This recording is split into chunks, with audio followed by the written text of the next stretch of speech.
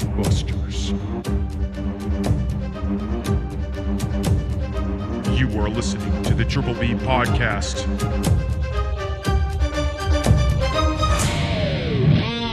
Let's fucking go. Welcome back to a bonus episode of the Triple B Podcast, Bourbon, Bells, and Blockbusters. We are here to give our predictions for Backlash. Happening in just a few hours here. We got a fucking stacked card. I know we're both super excited about this card. And yeah, man, let's just fucking get into it. Perfect. What are we thinking? First matchup, we got Gunther versus Pat McAfee. I at first thought Gunther was going to win this, but you talked about a couple episodes last week, where there might be interference, and I think you're right. So I think McAfee wins, and I like the idea of Gunther going through some turmoil. Yeah. To build himself back up. So Pat McAfee wins this. I'm same. I said it last week. I think Pat McAfee wins it. I'm not necessarily putting anything, and I don't think you were either. I'm not like putting it on like an extra prediction of because of interference or anything. I just feel like it could happen. But I'm just saying I think Pat McAfee wins this because I think it'll drive home the just narrative of this kind of spiral for Gunther. Mm-hmm. And I think Pat McAfee wins this. And I'm learning my lesson. No more bonus guesses. Yeah, that fucked you at WrestleMania. I guess night 2 in general fucked you at WrestleMania, but just really did. All right, that brings us to the the Intercontinental Championship match between Dom and Penta. Dom's got to win. Dirty Dom's got to win. He hasn't even defended it yet. This is his first. I know. Dom's going to win, but it's going to be a cool match. I know. It is going to be a good match. I'm excited for the match. I'm really having I'm struggling here. I think this is like the one that I'm struggling with because I guess technically Penta didn't take the loss at WrestleMania. Mm-hmm. So I guess that's fair. Balor took the L there. But I'm just kind of like in the two kind of biggest matches of Penta's very early career in WWE, are they really going to have him lose both times? You know what I mean? That's but also true. At the same time, like you just said, it's like Dom hasn't even defended it yet. Yeah. So are they going to have him drop it in his first defense and kind of make the whole thing be a fluke? But fuck. I'm saying Penta wins. Because of Judgment Day? Because of Finn Balor. I think when Penta you wins. started talking, I was like, I think Penta wins because of Finn. And I'd be okay with that. Yeah. So I guess I did just throw an extra thing in there. But we could just say whatever. Penta wins, and we'll give you a bonus point we won't count it against you. Okay. All right. I like it. Yeah. That brings us to the women's Intercontinental title match between Lyra Valkyria and Becky Lynch.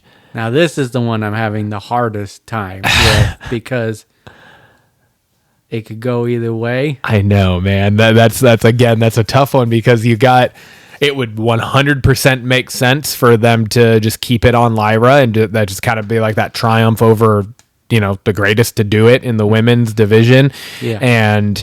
And have just help build her, but it would also fully make sense for Becky to pull some heel shit and maybe this is where she aligns with Paul Heyman. I don't know. I'm just throwing an idea out, but it would make sense for her to pull some heel shit out in this fucking like really biggest heel run of her career, I would argue. Mm-hmm. It feels the most intense, at least, and the most real. And like I feel like it's an opportunity for sure for them to put the IC on Becky, which would be monumentous. It would be good for the title too. I don't think it would hurt Lyra either. No. That's the thing. So I'm going Becky. I'm saying Becky. Yeah, I'm gonna go with Lyra on this one. We're opposite back-to-back matches. Ooh, that makes it intriguing though for us to watch Backlash tonight. I think in my heart, I want Lyra to win because these last I know it's been so good. Have been so good for her. I think, but what you're saying for me, I think Becky winning actually does more for that program. I do, because if Becky wins out of some heelish fucking shenanigans, it keeps it going, and that brings Lyra back into a potential fold for a second reign. But all right, I'm gonna stick with Lyra. All right, you're going Lyra, I'm going Becky. All right, that brings us to the fatal 4-way for the men's United States. I love that we have to specify between men's and women's for these mid-card titles now. We haven't really talked about that. I love that there's like a thing now because that's just fucking awesome. Anyways, men's United States Fatal 4-Way title match between LA Knight, Damian Priest, Drew McIntyre, and Jacob Fatu, the Samoan Werewolf. Ow! Jacob Fatu's going to dog walk their asses. It's Jacob Fatu. They can't have Jacob lose in his. No. Well, this would be his first title defense also, too, right? Yep. Yeah. So they can't fucking let Jacob lose this. Unless this is where Solo betrays him and fucks him. I'm not counting on that tonight though. Yeah. So I'm saying Jacob retains. God. And if I will throw this out as a bonus, if Jacob does lose the title tonight, he ain't getting pinned. He ain't the one taking the L. No. But sure. I don't see it happening. I feel like some shit leads to one thing and will push to just a straight McIntyre Jacob Fatu feud further down the road. Which taking you through the card, you taking us through the card. There's so much that can happen in each match. I know. There's just so many different intricacies going on. There's right so now, many things, which is really cool. Why this is honestly one of the best PLE cards that we've had in a while. Yeah, because of that exact thing. Like all of the stories, every single match has heat. Yeah. And every single match, there are stakes here, and there is narrative, and there is agendas, and there's storylines to be pushed and propelled past just tonight. And and it's external heats coming. Like it's not even things happening in the match. There's Solo. There's Finn Balor. Yep. And in some cases, it's Latino heat. Yep. Anyway, legit Dom Mysterio. I love his new shirt. I know. I love everything about Dirty Dom, man. All right. And finally, that brings us to the main event of the night, which will be the greatest of all time, Randy Orton, taking on the GOAT, John Cena. Could be an end of an era tonight, too. Could be an end of an era, man. For sure. I say John Cena. I'm saying Cena. I'm saying Cena too. Continuing to ruin wrestling for us. Yeah, and it makes sense to just for him to keep pushing this and in the heel thing and whatnot. I've already aired my grievances with where this is taking or the timing of this taking place. Yeah, I hope the match delivers. That's my main thing. Is I hope the match is as like it holds a candle to number 1, number 2, number 3, number 4, number fucking, what'd you say is 13 and 7, so 20. Yeah, 20. You know, like every single match they've had has been a fucking banger. I hope 21 just lives up to it. Yeah. You know, like in 25 years later, let's put a fucking show on. And no matter the outcome, I just that's what I'm hoping for, is that it's an end of an era on the highest possible note, like we got with The Undertaker and Triple H and Shawn Michaels. Yeah. Right? Like I think that's the biggest thing here, is just making sure that it's they do what they do the best that they do it in this final moment. And I do think Cena's winning just because of where it's all at in the reign and the storyline and everything. So yeah. All right. That's our predictions. We'll be back post-show to give our thoughts, our results, and the 3 bells, and see the fallout of Backlash. See what's happening. Yeah. Yeah. Let's go.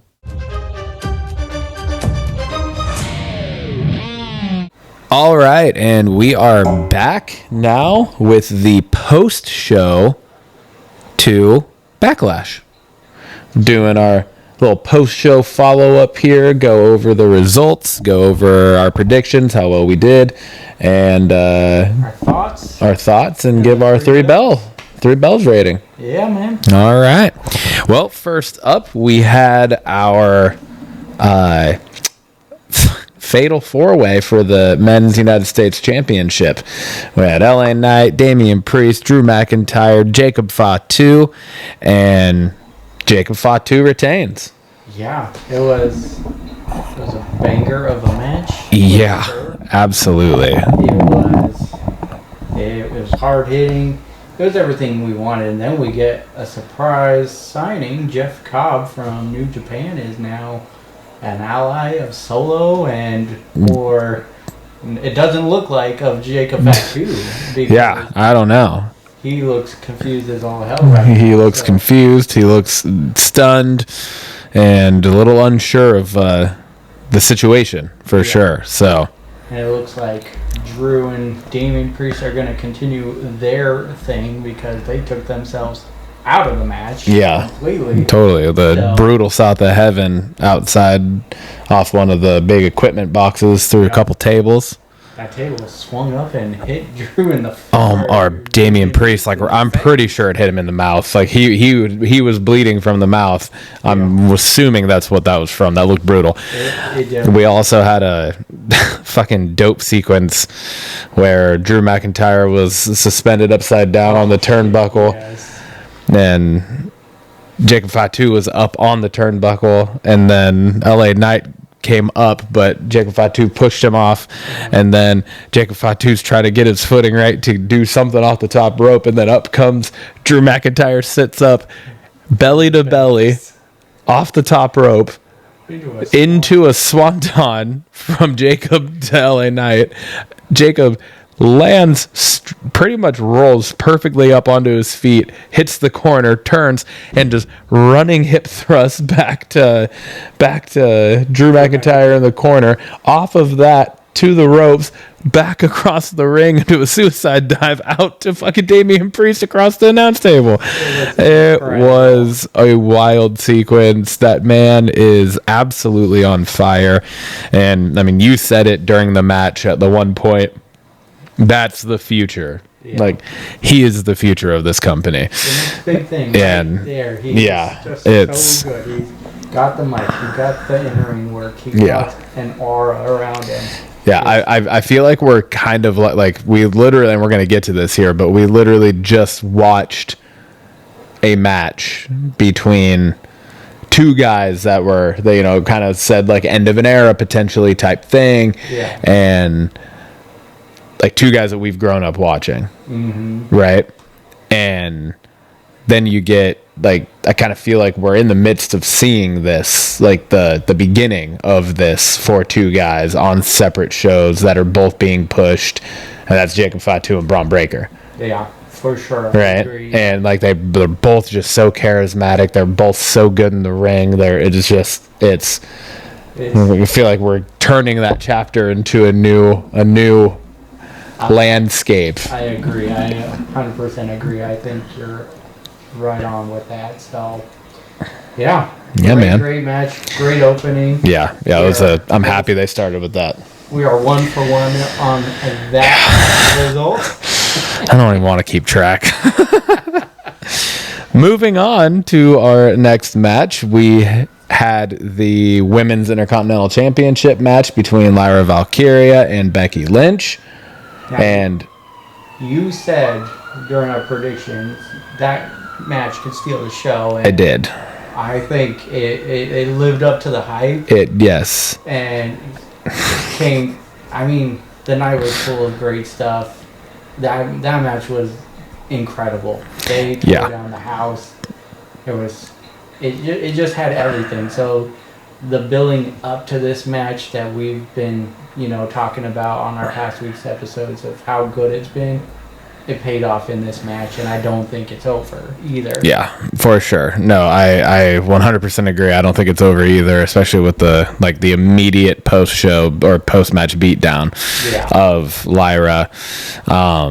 And it looked like, I couldn't tell if it was nose or eye or whatever she got there at the end, but whatever it was, actually got Lyra. I don't think that was just a sell, because she was holding her face multiple points throughout the remainder of that, like during the pin. Yeah. Which is why I kind of was like, that was awkward, because she's like just holding one arm on one leg and just like holding her face like this. Yeah. Which kind of just made the finish a little awkward to me. But outside of just that, like literally just that, and I think Lyra had like a couple hesitations for things in the match that we were both kind of like, what are you doing? Yeah. Outside of that, the match was fucking awesome. It was great. Like we said, like it pushed for stealing the show. Yeah. But it was an all around solid PLE. So didn't quite get there, but it definitely lived up to everything, and it held its own on the stacked card. So yeah, it did. So Lyra retains. So that makes me 2 for 2, you 1 for 2. Yep. 1 for 2. I did see it your way though. I thought for sure, hey, it could go that way, and it looked like it was about to. Yeah. Lyra was pulling it off. Yep. Holy hell, she did. And she did it. Yeah.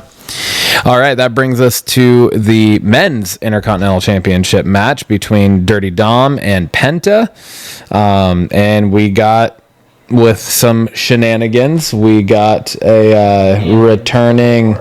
Yeah, shenanigans galore for sure. We got Judgment Day interfering, all getting banned from ringside. Then you get Balor coming back up in to try to re-interfere, and the ref gets preoccupied, and then lo and behold, out comes El Grande Americano. Large coffee. Yep, fucking large coffee. And comes out, gives old Penta the headbutt. You can only assume he probably had the steel plate in the head, and Dirty Dom hits the frog splash and picks up the victory. Yeah. Dirty Dom retains. Definitely a solid match. We knew there was going to be some interference. I think it could have had less, but that's not Dirty Dom's character, so I get it. And, I mean, you said you love his new shirt. I do. Latino cheat. Latino cheat. And it makes it fits for him, but I was kind of hoping you were right about the whole Finn Balor turning on him. I know. I was hoping it was going to fucking happen. They're teasing the shit out of this. They're long playing. Yes, they're long playing the ever-living fuck out of this. And they really just need to pull the trigger here. They need to pull the trigger with Solo. Let's just fucking do this so that these guys can move on out of these angles. Yeah. But that puts Tim at 3 for 3. That puts me at 1 for 3. Solid. Yeah, like doing real good over here with my predictions. I felt fucking good about them too. That's the irritating thing. I was thinking like, oh, this is gonna be a repeat for me. It falls right into my wheelhouse, but no, it's going backwards. Yeah. All right, that brings us to the penultimate match. Wouldn't be right without one. We had Gunther versus Pat McAfee here. What were you gonna say? This match was fun. It was great.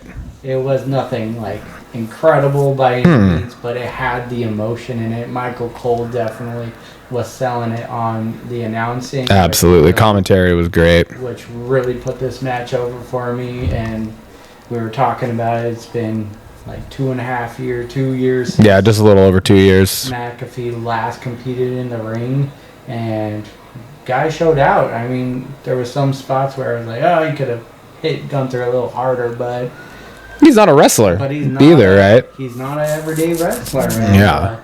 Again, it was more about the story behind it and what could happen, and I'm a big Gunther fan, and I was pulling for a Gunther loss here, and it just didn't happen. I wanted the downfall of Gunther. I know. I did too. I thought it, like we said on the predictions, and I said on last week's episode, I think Gunther taking an L here could have actually done wonders for his character in the future.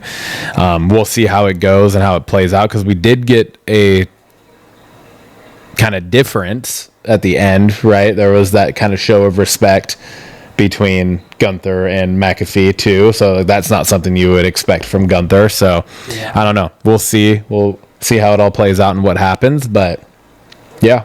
Yeah. So we both went Pat. So I'm 1 for 4 and you're 2 for 4. 3 for 4. Sorry, 3 for 4. Yep. 3 for 4. I'm 1 for 4. Fucking just rocking it. Doing so good. And that brings us to the main event. John Cena versus Randy Orton. 25 years in the making. Another one. I can't help it, man. It's that time of night. The man's got a yawn. Man, and it doesn't matter what time of the fucking day it is, apparently. It's when there's a microphone in front of me, I yawn. I teach. I'm a teacher. And I talk in front of people all day long. I don't yawn, like, ever. I, like, never yawn at school. I save it all for the show. But, yeah, we get Randy Orton for John Cena for the WWE Championship. And this match was great. It was awesome. It was just solid all around. This definitely took overthrew what they did at WrestleMania with Cody Rhodes and John Cena. Yeah, absolutely. Garbage compared to this one, and yeah, and we talked about it during the match, but Randy Orton and John Cena just have unbelievable chemistry. Right, unmatched almost. Like they are the last 20 years generation of Rock, Stone Cold. Yeah. Right, and it's just. Every time they get into the ring, they put on a fucking clinic, and they did it again. I mean, this is, Cena's only wrestled a handful of times since he's been back, and only wrestled, a handful of times realistically over the last few years. And so for him to be able to come out and still put on a show like that against Orton and honestly make it kind of look seamless and make just like they never lost a step and like everything was good, and it was just all around, it was solid. I had said on the predictions, I was just like, regardless who wins, I just want, because this is potentially, they're billing it as the last time. Yeah. Whether it will be or not, we don't know, but I just said, like, I really just want it to be a good match. Yeah. Like, if this is the last match that we get between the two of these ever, I want it to be one that, like, we can, like, that we want to remember. Yeah. And one that, like, lives up to the 25 years of matches that we've had between these two. Mm-hmm. And I think it did. I truly do. I think they did it. I think they accomplished that feat, and it's one that will go into the books for sure. I agree, and I think they hit the world's record for most finishers done in a match. Which is always fun to see between guys like this, right? Like Rock, Stone Cold did that shit all the time. Yeah. It was stunner, rock bottom, stunner, rock bottom. It was The Rock hitting a stunner, Stone Cold hitting a rock bottom. It was back and forth. And it's those finishers that can happen so quickly. Yeah. RKO happens so quickly. Yeah. And John Cena gets people up for the FU. So it's easily. real quick. And we saw, I think, a record amount of people of them doing each other's finishers as well in this match. Yeah, it was more so Orton hitting the FU, because I think Cena only hit the one RKO out of the. Yeah, that's right. Or sorry, Cena never hit a RKO. Oh no, that's right. Yeah. In this, yeah. Cena didn't hit an RKO. We had a conversation about that. Yeah, Orton hit the RKO out of the FU. Yeah, that was the first so finish clean attempt, which was reversed. Yeah. And then Cena hit 2 FUs, one on the announce table and the one through an actual table. Yeah. So it was kind of cool to see Cena taking those bumps, Orton hitting him with his own finisher and going through 2 different tables and bouncing off of one. And then those reinforced announce tables are impressive. Yeah, hey, Paul, we'd like to get one for our show. Send one our way. Can you just I don't know. We know you listen. Right? Can you just send us an announce table so that we can use it as our table for the podcast? We'd love it. Thank you.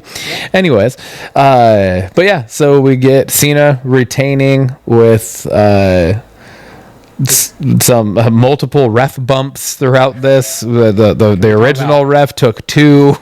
Then RKO to Nick Aldis, and then the entire cast of goons that are out there with Nick Aldis. We got the one guy that I don't know exactly who it is, but then he hit one Hurricane, Jafari, Jamie Noble. I guess that was it. Yeah. Because it was all this, and then the dude with the hair that we don't know who it was, and then the other 3. Yeah. But then they all ate those fucking RKOs like champs. Every single one of them. And then we got R-Truth saving his child. That's right. I already forgot about that. R-Truth came to the rescue right when we thought we were going to finally get a punt kick after it's been like 8 years since we've seen a punt kick. He keeps teasing it. I know. And nobody's letting us get it. And fucking R-Truth comes out. Son of a bitch. Damn day. All right. Well, that wraps up Backlash. So, yeah. Any final thoughts on overall show? I mean, I said it before it even started that this is like, I think, one of the most planned PLEs that we've had in a while when it comes to narrative and storylines and, just all of those things. And for like the continued future storytelling that we're getting out of some of this. I feel like we wrapped up some loose ends, but then we also created more, which is, typically always a good thing. Yeah. So, yeah, I don't know. I think it was a great PLE. I agree. I think the card was stacked, and for how little time there was between Mania and Backlash, they put together very cohesive storyline for all the matches. And I'm excited to see where it goes from even here. They did a great job just kind of leaving closed but open at the same time, and so well done. Yeah, well and I mean, we said it on this week's episode too that they've just strung together, specifically Raw. They've just strung together just 3 straight weeks since Mania that have just been killer, just bangers. So toasted, one might say. And very toasted. Yeah, so all right, that brings 3 us bells to the 3 bells. I'm going 2.9 bells. I'm very close to 3 because I do think it was just overall very solid show. Just all the interference in the Penta and the Dirty Dom match, just kind of, it didn't do it for me. Like I think it was more because you planted that seed of Judgment Day splitting up. Oh yeah. And then I was having my hopes set on that, and it just didn't happen. Yeah. Because then it was just a typical Judgment Day match, So overall, I'm giving it a 2.9, very close to a 3 bell there. I'm going 3 just because I feel like it would be an injustice to not give this one a 3 when it's for some of the other PLEs that we have given 3s too. Yeah. Because I think this is the best PLE that we have seen in a long time. From start to finish, like I said, it just like so many things involved in it were just great. And there's the interference, but again, that is that narrative of that faction. That's what they do. That's kind of what you've come to expect. So, but they also did throw the swerve with Americano or El Grande Americano being the one that actually cost Penta the match. Yeah. So and then that pushes the narrative of American Made and Gable and El Grande Americano hating the Luchas and all that. And so I don't know. I didn't hate it. No, we didn't get the breakup, but still, for me, it didn't take anything away from it for me. So, I'm going 3 out of 3 bells there. Would you consider Dirty Dom a luchador? I don't think so. No. I mean, he does the lucha style, like moves, very similar to a Rey Mysterio. He does some. But yeah. He does some. I don't know that I would consider. I know. I just don't. I don't feel as though I would necessarily classify Dirty Dom as a true lucha. Yeah. But all right, man. That wraps us up. That wraps up Backlash 2025. Hell yeah, man. Hell yeah. Let's fucking go.